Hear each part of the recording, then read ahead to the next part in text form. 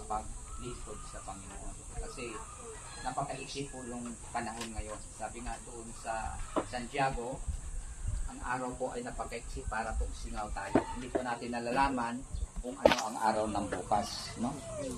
Hindi natin alam, pasang singaw. Ibig sabihin, yung tawag sa amin, alimuom, yung singaw ng init sa umaga. Diba? Pag umulan, mayroon sinisingaw, makikita mo na umuusok.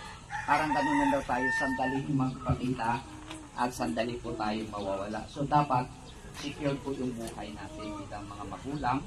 Pangalawang, magulang na kayo po ay magiging handa rin sa pagdating ng panahon na makaharap po tayo sa harap ng Panginoon na wala po tayong galit, wala yung hatred po sa puso na kailangan magiging maluwag, wala po tayong galit, dapat handa po tayong haharap sa ating Panginoon. Kayo naman na pangalawang magulang, kasi masigit tayo dito mamaya magpa-picture.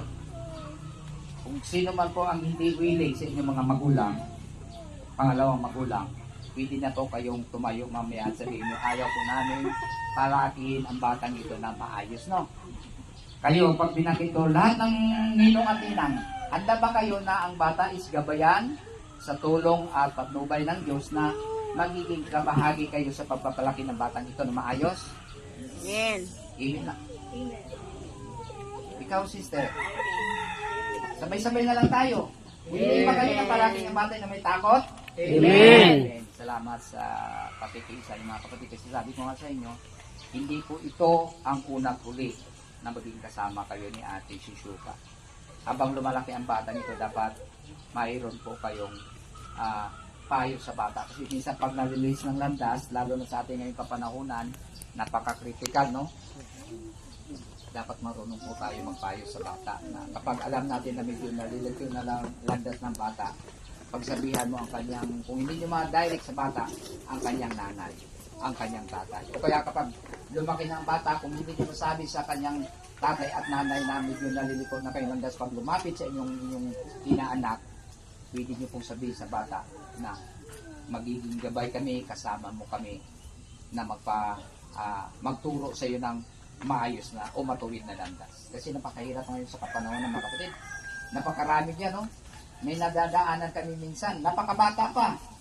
Mga 10 years old siguro, sumisingkot na ng rugby. Babae at lalaki.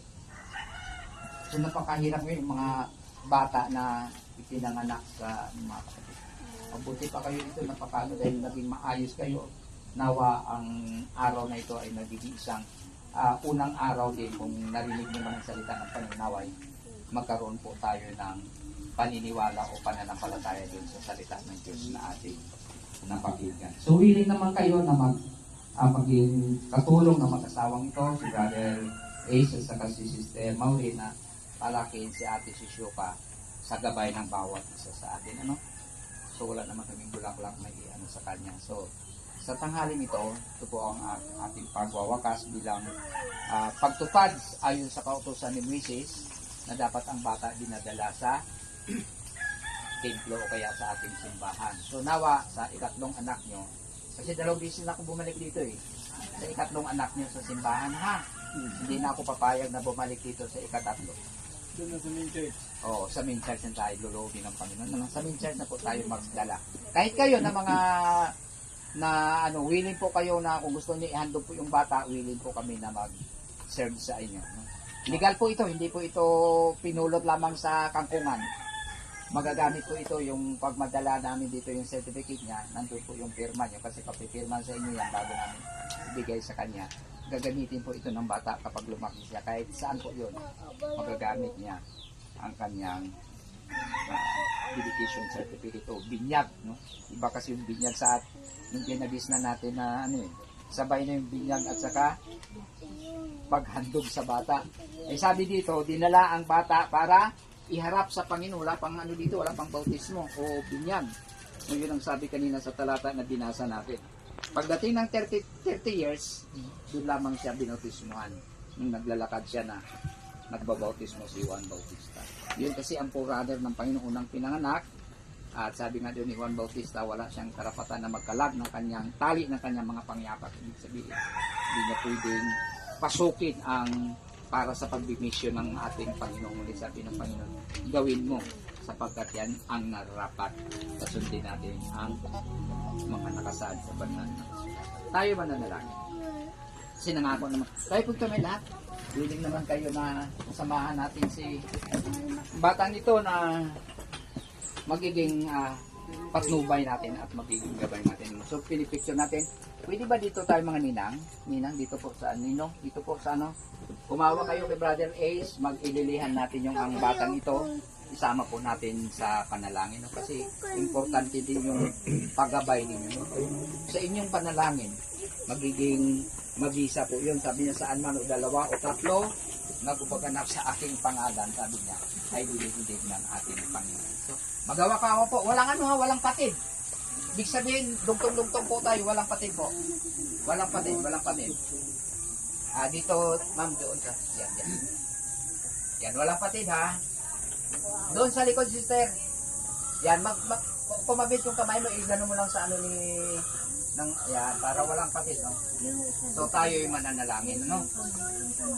Okay, basta walang patid po. Kaya ikaw sister, ano mo dito sa, kahit sa balikat na lang, kasi nabakan yung kanyang ma'am. So, sige, panalangin natin ang batang ito si Shuka Bibe. Mag-praise pastor ha. Praise God, luwalatiin Panginoon, dakilain ang pangalan. Dakilang Diyos na mapagpala na nasa langit, narito po ang batang ito.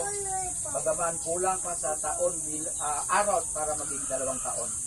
Narito Panginoon, ihandog namin sa iyo si ate, si Shuka, Ace 5, Ace Faith. Grabe ang inyong mga alam. Panginoon, ay inihandog namin sa iyong trono ng biyaya. Narito Panginoon ang batang ito. Samahan mo Panginoon na lumaki ang batang ito na may takot. Ikaw Panginoon patuloy na mangusap sa kanyang puso. Gamitin mo ang batang ito sa pagmiministeryo, pagsisiyar ng iyong banal na salita. Kami Panginoon ng mga magulang, wala po kami karapatan na hadlangan ang paglilingkod ng batang ito. Ang amin lamang Panginoon ay mapalaki siya na maayos na may takot sa iyo Panginoon. Kaya namin Panginoon, itinataas namin sa iyo ang batang ito na sa mga oras na ito Panginoon ay isulat mo ang kanyang pangalan sa aklat ng buhay. Alam namin Panginoon ng batang ito, ang kanyang mga magulang ay naniniwala ng batang ito ay magagamit mo kung ano man Panginoon ang ministeryo na kanyang tatanggapin. Pagka siya lumaki Panginoon ay amin Panginoon isinapatiwala. Salamat po sa pag-ibig, kasama Panginoon ang kanyang mga pangalawang ina, pangalawang tatay, Panginoon, ay amin pong sama-samang inihandog sa iyo ang batang ito, si Ate si Shuka, ACP, Gianan, Yura, ay tinataas namin at inihandog sa iyo sa pangalan ng Ama, kay Kristo Jesus na aming Panginoon, ibiwad si Amen.